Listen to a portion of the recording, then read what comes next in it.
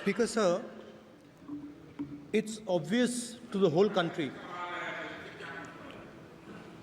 It's obvious to the whole country that there is a very serious problem in our examination system.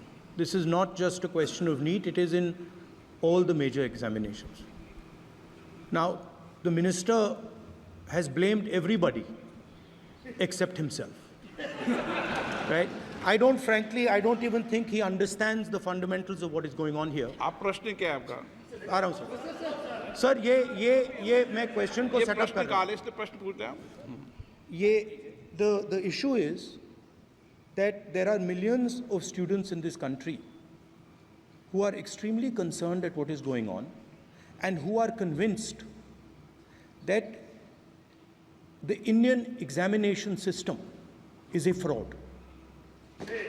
That is what is at stake here. Millions of people believe that if you are rich and if you have money, you can buy the Indian examination system.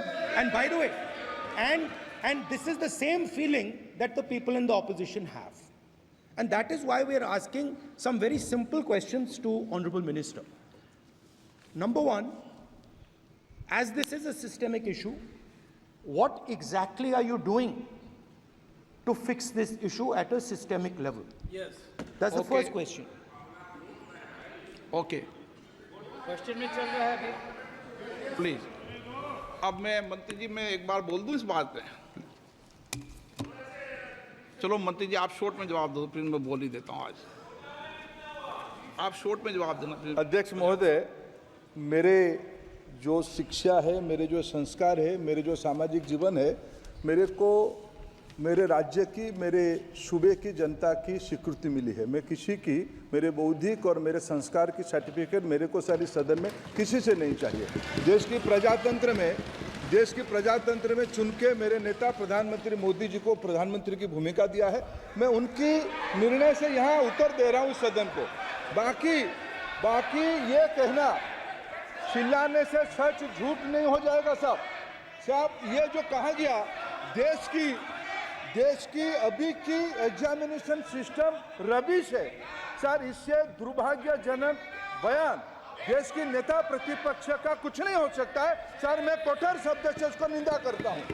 बाकी रहा, मैं sir आपके सामने, आपके माध्यम से देश के सामने सर एक तथ्य रखता हूं सर। जिन्होंने रिमोट से सरकारें चलाई है, 2010 में 3 बिल आया था सर शिक्षा सुधार के लिए। उन्हीं की पार्टी के नेता आदरणीय कपिल सिब्बल साहब 3 बिल लाए थे। उसमें से एक बिल था एजुकेशन, उसमें एक बिल था prohibition of unfair practice bill 2010, जिसकी उद्देश्य एजुकेशन इंस्टीट्यूशन में माल प्रैक्टिस को बंद करना। सर मेरे सरकार की हिम्मत है, अभी हमने पब्लिक एग्जामिनेशन की रेगुलरिटीज में बिल लाए, कानून बनाए। क्या मजबूरी था कांग्रेस पार्टी की, क्या मजबूरी था नेता प्रतिपक्ष की?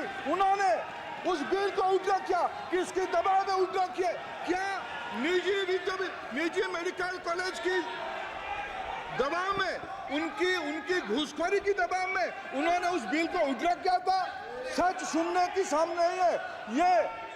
मैं किसी की विद्वता में प्रश्न नहीं उठाता हूं, लेकिन सच 2010 में शिक्षा सुधार की बिल उन्हीं की सरकार ने लाया था, दबाव में उन्होंने उल्टा किया। ये हमको प्रश्न पूछते हैं।